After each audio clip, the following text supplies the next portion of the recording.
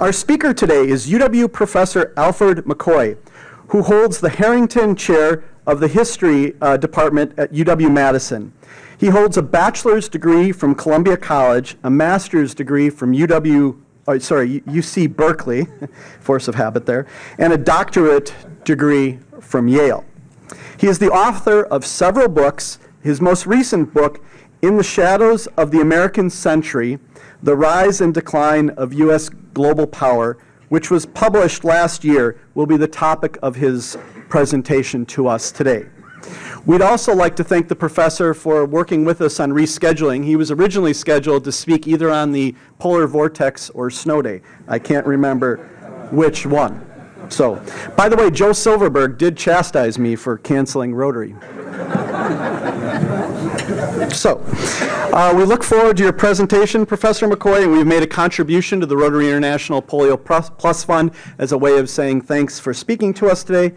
As I welcome him to the podium, if time permits for questions, I'll be out in the audience with a microphone, so please wait as the program is being recorded. Welcome, Professor McCoy. Well, first, I very much appreciate the donation to the well-known Rotary campaign for the extirpation of polio worldwide. As somebody who's now 73, I was caught up in the last of the big polio epidemics in 1949 and was completely paralyzed, had to relearn to walk at the age of 5. So at a personal level, I am deeply appreciative that my effort here today is making a contribution to that very important global campaign that you have run, and I commend Rotary for this extraordinary effort.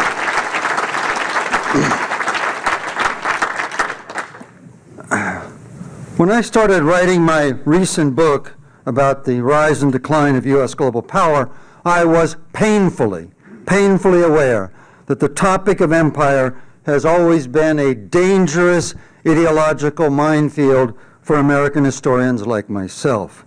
During the 40 years of the Cold War, Moscow used the Marxist-inflected term imperialist to denigrate the United States. So in this country, the United States might be a world leader or even a great power, but we were never an empire. Our enemy, the Soviet Union, was the one with the empire, the evil empire. Since the U.S. was supposed to be an exceptional nation that somehow won world power without becoming an empire, how that could be done, that's a problem I never quite have solved. Nonetheless, polite, proper American historians could not and did not talk about the topic of empire. But in the aftermath of the 2001 terror attacks and the 2003 invasion of Iraq, the term empire lost its subversive taint, and policy specialists across the political spectrum began to ask whether or not the American empire might not be an empire in decline. But at this critical moment, when U.S. global dominion is being challenged, the most powerful empire in the history of the world was arguably its least studied, most powerful, least studied. Suddenly, understanding the distinctive way that Washington exercised its global power was no longer an academic parlor game, but a matter of pressing public concern. So at this time of major global transition, I felt that it was necessary to go back to the basics and try to understand the nature of global power, how it is won, how it is exercised, and most importantly for Americans today, how it might be lost. To understand our changing world and America's place in it, we have to go back to basics. We have to go back to the foundational text for the modern study of what's called geopolitics. We must go all the way back to that bitter, cold London evening in January of 1904 when Sir Alfred McCoy, his picture up there, the director of the London School of Economics, entranced an audience at the Royal Geographical Society on Savile Row with a paper boldly titled The Geographical Pivot of History. In his view, Africa, Asia, and Europe were not three separate continents, but a unitary landform that he dubbed the World Island, one that the British Navy had long controlled from the maritime marginal in the surrounding seas. And that's Mackinder's map of the world as he drew it. But now, as the Trans-Siberian single-track railroad was crawling for 5,000 miles from Moscow to Vladivostok, future railways could, Mackinder warned, shift the locus of geopolitical power away from the oceans where Britannia ruled the waves, deep into the heartland of Eurasia, where a new, what he called, empire of the world would take form. And here's that Trans-Siberian Railway.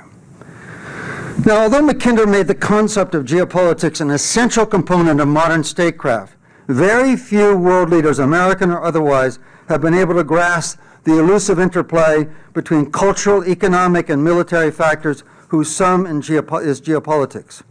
In my view, the United States has produced just 3 grand masters of geopolitics over the past 120 years. Our first grand master is Elihu Root. Although he's utterly forgotten today, Elihu Root is more than any other individual the architect of U.S. global power and the liberal international order in which we have been living for the last 70 years. As Secretary of State after 1905, Root launched an unprecedented circumnavigation of the Latin American continent that won the continent's support for Washington's debut as a world power at the Hague Peace Conference in 1907. Simultaneously, Root promoted the international rule of law by negotiating 40 arbitration treaties that cemented close relations with the world's preeminent power, Great Britain, something that won him the Nobel Peace Prize in 1912. Even in his retirement in his 70s, he served on the League of Nations Committee that established the World Court in 1921, realizing his vision that international relations should be governed by the rule of law. As founder of the Carnegie Endowment for International Peace in 1910 and the Premier Council of Foreign Relations in 1921, you created a unique layered system for the formation of foreign policy in the United States by bringing together financiers, lawyers, politicians, and academics for discussion and debate. Now, for the next 20 years, U.S. world stature stayed pretty much where Root had left it until World War II made America alone, standing astride a ruined planet like a titan of mythology. As Oxford historian John Darwin has argued, the United States achieved what he called its colossal dominion on an unprecedented scale after World War II by becoming the first power in human history to control what he called the axial ends of Eurasia. With its NATO bases in the West and its military bases from Japan to Australia, Washington encircled the vast Eurasian continent, Mackinder's world island, with circles of steel in the form of mutual defense pacts, military bases, and Navy fleets. Our second Grand Master is Zbigniew Brzezinski. As President Carter's As President Carter's National Security Advisor, Brzezinski was the only American leader during the Cold War who fully grasped the geopolitical significance of the U.S. position in Eurasia. Armed with Mackinder's theory about the world island, Brzezinski launched a CIA covert operation in the late 1970s that drove radical Islam like a sharpened wedge north from Afghanistan deep into the heartland of Soviet Central Asia, a masterstroke drawing Moscow into a debilitating Afghan war and finally allowed 3,000 miles to the west, Eastern Europe, to be free from Soviet dominion.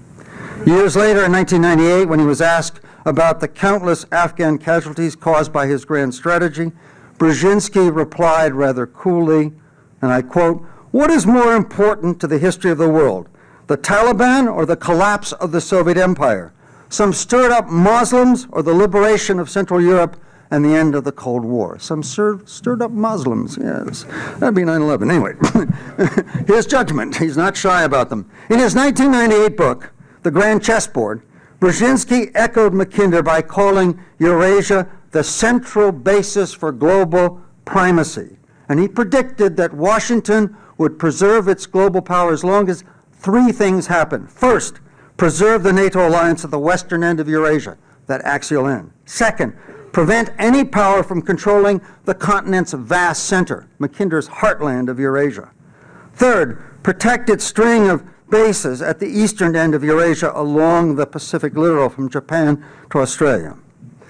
Now, at the seeming peak of its global power in 2012, the U.S. National Intelligence Council, our nation's supreme intelligence analytic body, issued a little notice warning that read, quote, "By 2030, Asia will have surpassed North America and Europe combined in terms of global power." Now, and the U.S. National Intelligence Council put this chart in its report that wraps it up.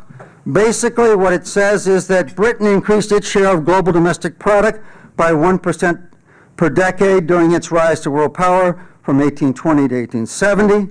America raised its share of global domestic product by 2% during its ascent to superpower status from 1900 to 1950. But China is raising its slice of the world pie by not 1%, not 2%, but 5% from 2000 to 2020.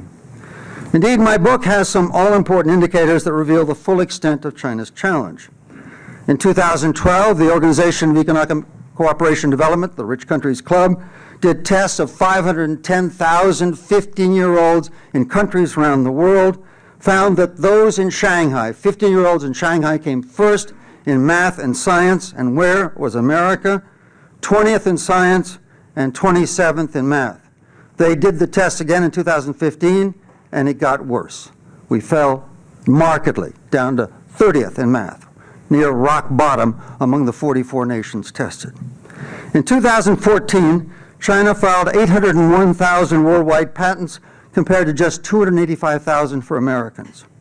By 2016, China had not only built the world's fastest supercomputer, but it had the most, with 167 compared to just 165 for the United States.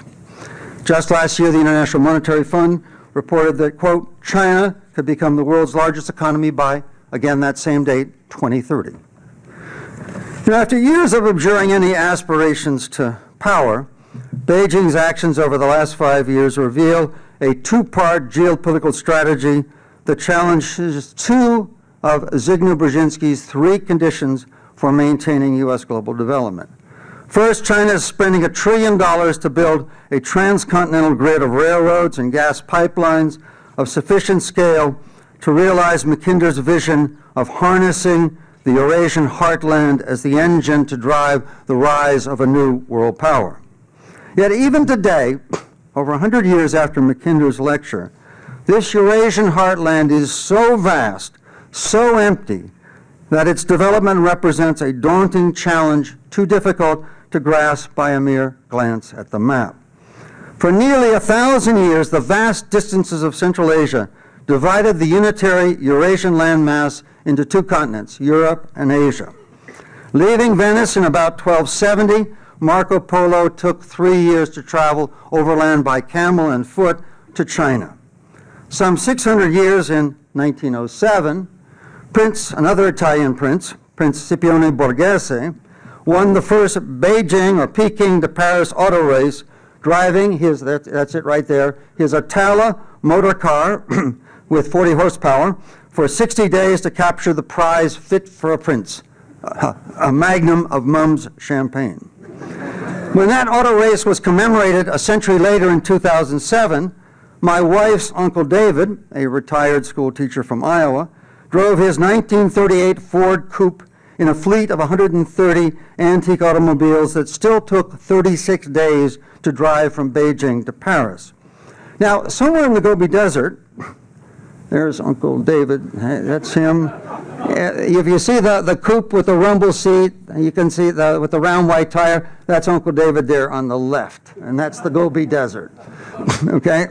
Now, somewhere in the Gobi Desert, Uncle David became separated from the pack, and he found himself steering across a trackless terrain for hours with no landmarks. It's just flat everywhere, nothing.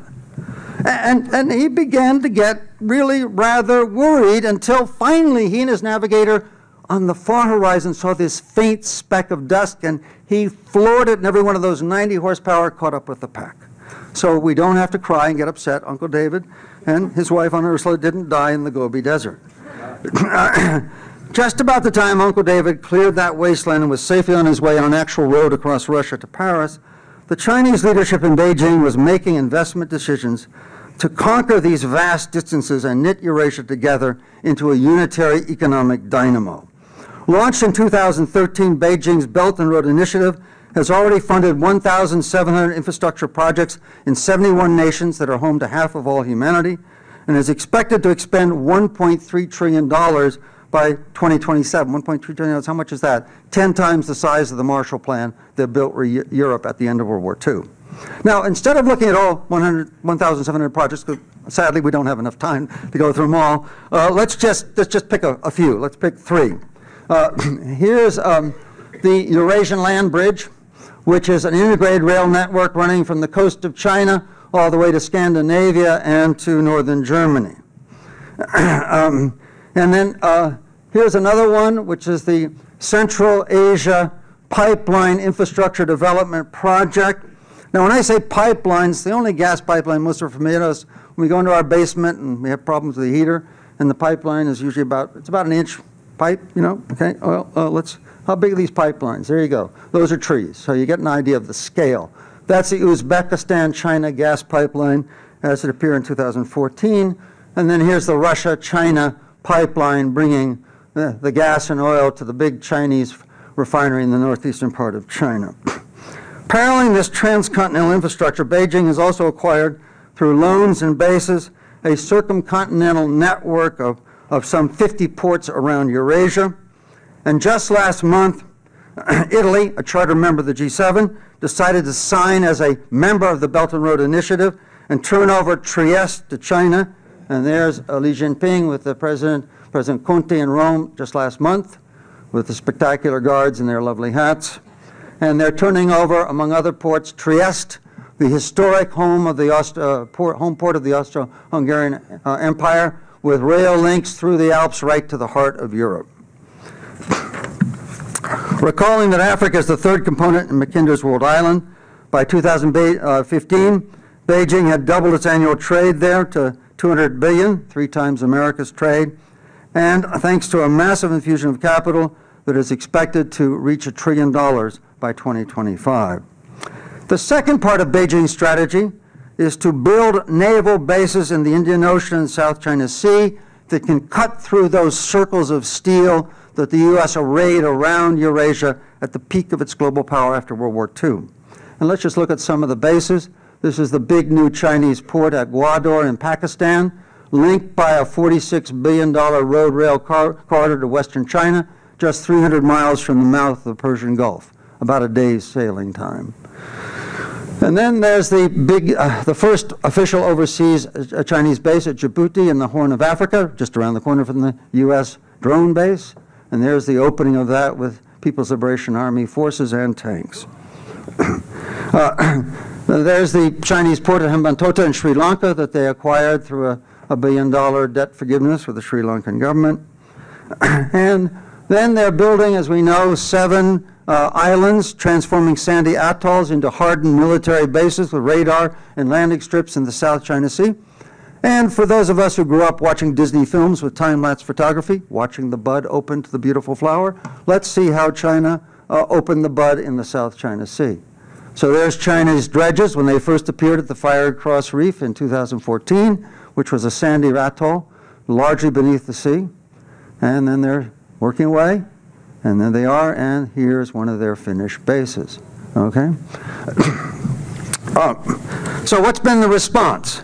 Our third Grand Master, Barack Obama, is, after taking office in 2009, developed a strategy to contain China's rise that, in retrospect, met 2 of Brzezinski's conditions for the preservation of U.S. global power.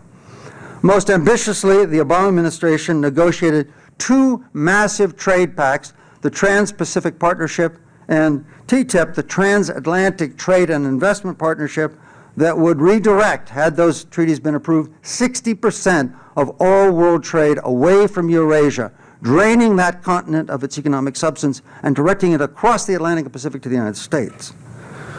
After proclaiming his pivot to Asia in 2011, Obama began shifting spare strategic forces out of the Middle East to rebuild America's axial position along the Pacific littoral. Under Obama, the U.S. Navy challenged China's claim to the South China Sea with regular freedom of navigation patrols. Now, trigger warning, you're Americans. Some audience should just rise up and start screaming, USA, USA, and start pounding chairs on tables. We have to be restrained. It's going to make our American blood boil. We're just going to be so proud. Here we go. There it is. Whoops, that's probably wrong. That's coming. Now, China, sorry. These are out of order. Okay, so there we go. That's a U.S. John Stennis in the South China Sea in March 2016, and there's a close-up of a U.S. carrier force in the South China Sea. And let's go back.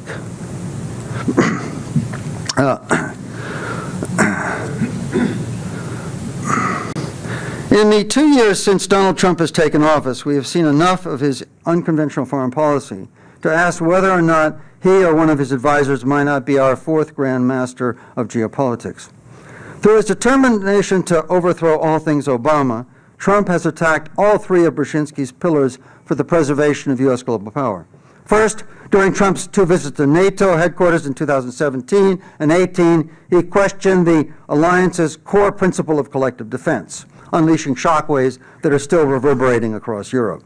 Second, Trump, in his first month in office, canceled the Trans-Pacific Partnership, the Trade Pact, which was Washington's prime strategy for blocking China's economic dominion over Eurasia's vast heartland. Third, America's once close relations with key allies along the Pacific littoral have weakened visibly under Trump, as these once loyal allies, Japan, South Korea, the Philippines, and Australia, are moving slowly into China's economic orbit. But most importantly of all, President Trump is now waging, as we all know, a trade war against China, designed by his administration's self-styled Grand Master of Geopolitics, Dr. Peter Navarro. There we go. There's Dr. Peter Navarro with President Trump in March of 2017. After spending the 1990s running unsuccessfully for every major elective office in San Diego, Dr. Navarro spent the next day churning out 3 angry books attacking China. In his third book, published in 2015, with an endorsement by a Manhattan real estate developer named Donald Trump, Navarro argued that since the Pentagon's 2 strategies for checking China, called air-sea battle and offshore control, were doomed to fail, Washington's only way of choking off the money for Beijing's military was to impose what he called countervailing tariffs to offset China's unfair trade practices.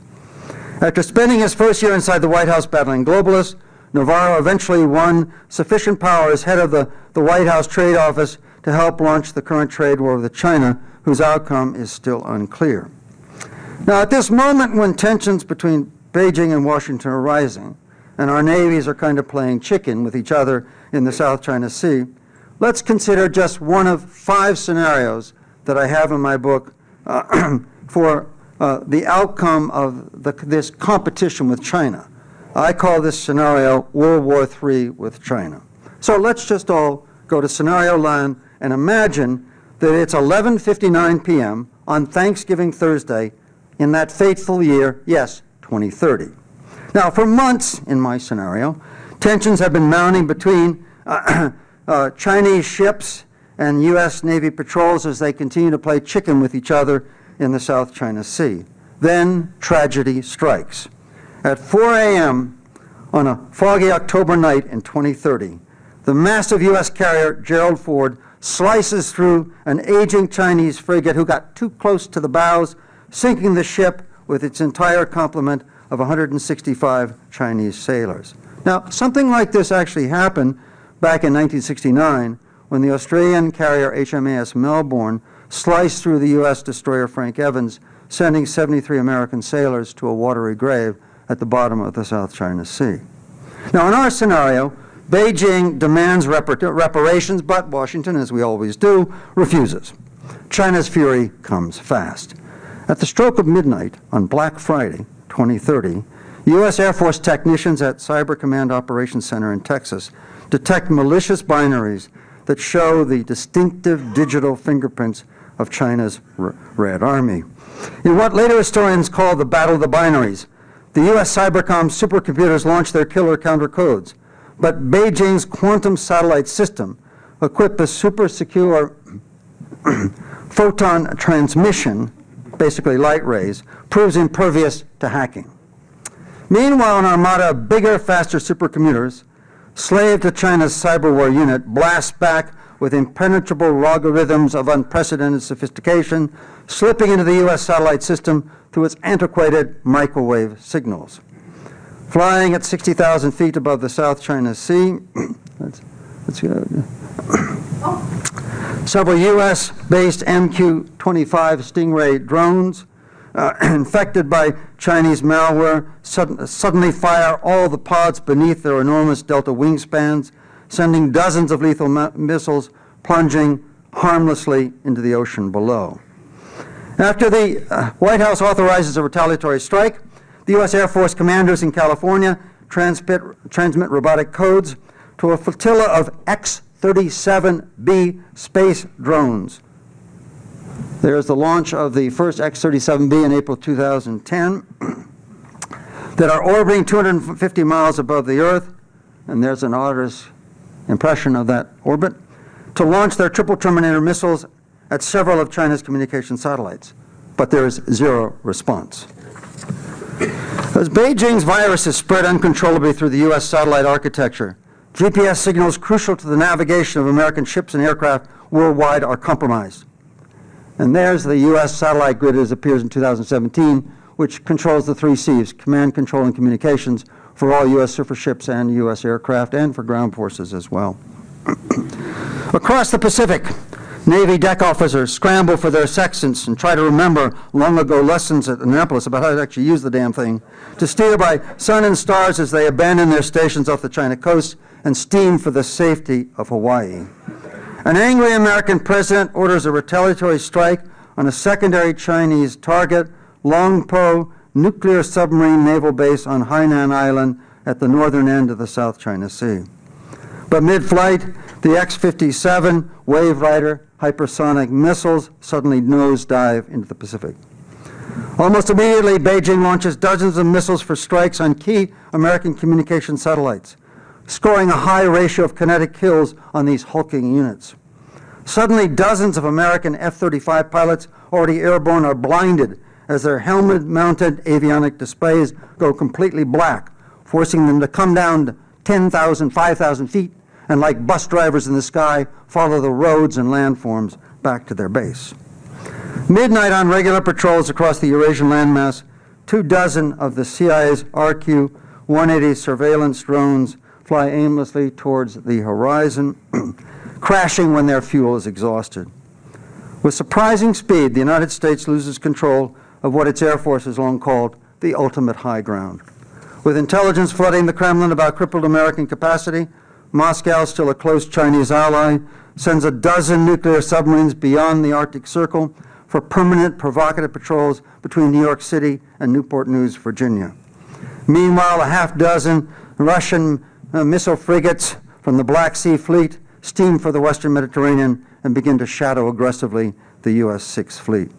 Within a matter of hours, and without any significant casualties, Washington's strategic grip on the axial ends of Eurasia, the keystone to its global dominion for the past 85 years, is broken, and the American century of global hegemony is at an end.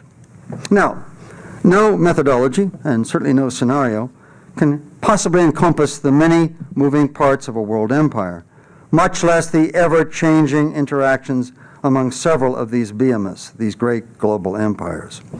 With that caveat, I feel that personally, I think it's fairly clear that Washington now faces an adversary with the motivation and perhaps the means to challenge its global dominion. Naysayers who insist that the Chinese economy has weak fundamentals are missing the main point, or at least my main point. Once Asia, Africa, and Europe merge into that world island that Sir Alfred McCoy prophesied and analyzed back in 1904, and a world island with China at its center, then the tides of trade and global power will flow as if by natural law towards Beijing. Now, why should anyone, liberal or conservative, who harbors doubts about America's global power be concerned about its accelerating decline?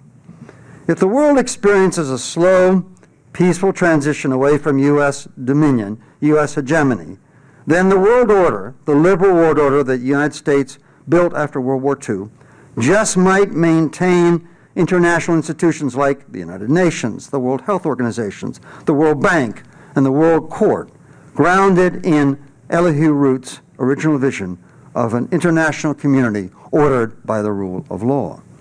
If, by contrast, the world experiences the rapid rise of Chinese or Russian hegemony or the tandem of the two, then we will likely witness a harsher world order with scant attention to human rights, women's rights, and the rule of law. That's a large problem that's the subject of my next book. Now, whether this will be a peaceable transition akin to the amicable imperial handover from Britain to America in the 1950s, or a violent eruption like the Napoleonic Wars or World War I, whatever it might be, this change in world power bears watching. From everything I've learned since I started graduate school nearly 50 years ago, we can count on one thing. This transition in global power will be transformative, perhaps even traumatically so, impacting the lives of almost every American. Thank you.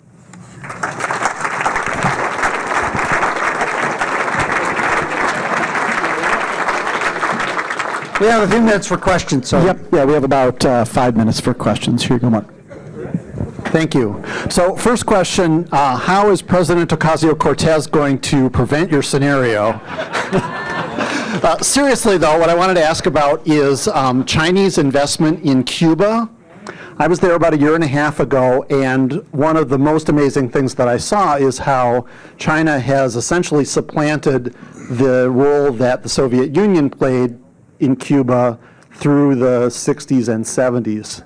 And I'm wondering if you could talk about that, what your knowledge is about that, and whether that affects us as a close neighbor. Yeah. Although I didn't mention Latin America in my presentation because it's somewhat apart from the tricontinental strategy. China has a very aggressive Latin American investment policy. On the west coast of Latin America, for example, they dominate Ecuador's oil industry. They're heavy investors in Brazil and the Amazon. They're moving into the Caribbean, acquiring ports there. Again, their concentration under the Belt and Road Initiative is the tricontinental Europe, Asia, Africa.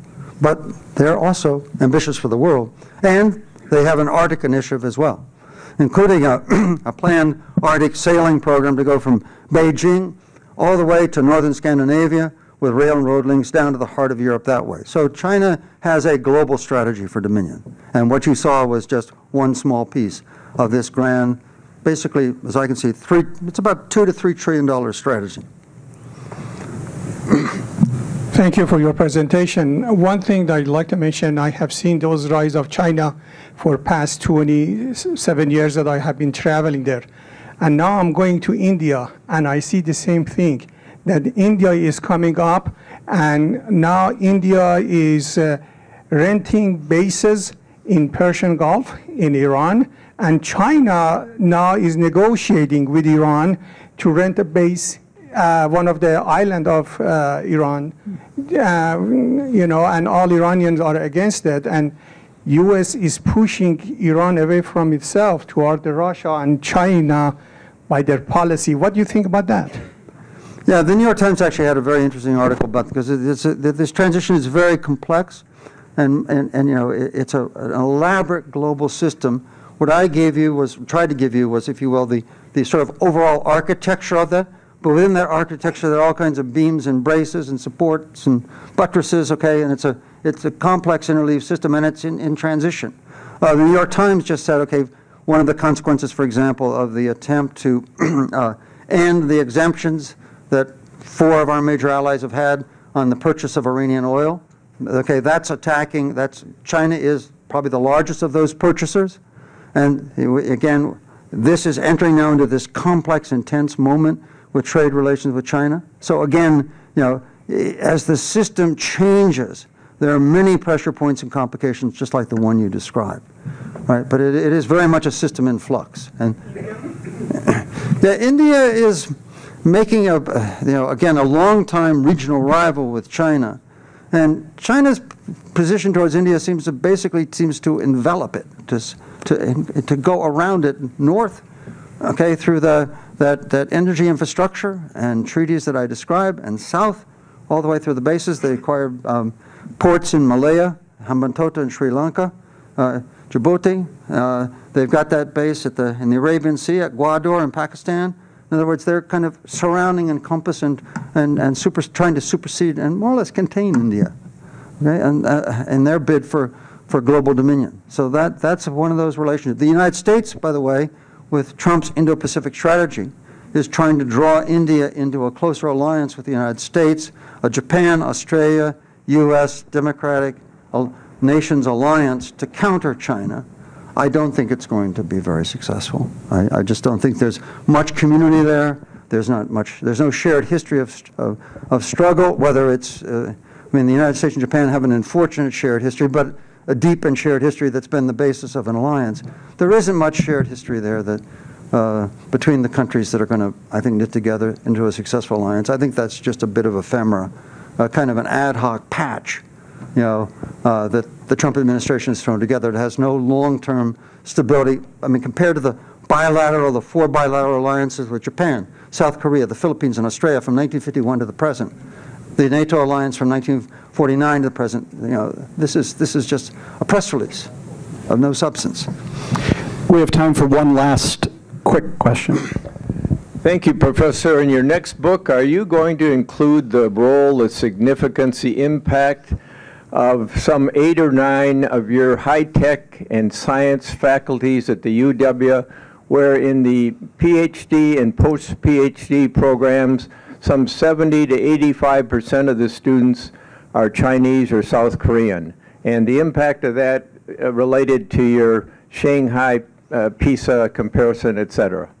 Actually, that's already in my present book. I have the national figures in engineering and science. It's generally about 60% plus in every significant strategic field of engineering and science that's not basic science but it's got some application, is overseas students in the United States. And again, under our current immigration policy, those students are going to go home. Also, China is working very hard to attract the Chinese students home. So I've already discussed that in my last book. My next book is on a broader, even more ethereal form of global power called world orders. All right? So I'm elevating it beyond this clash of empires, going to that next one about the survival of the U.S. world order beyond this imperial transition. Thank you.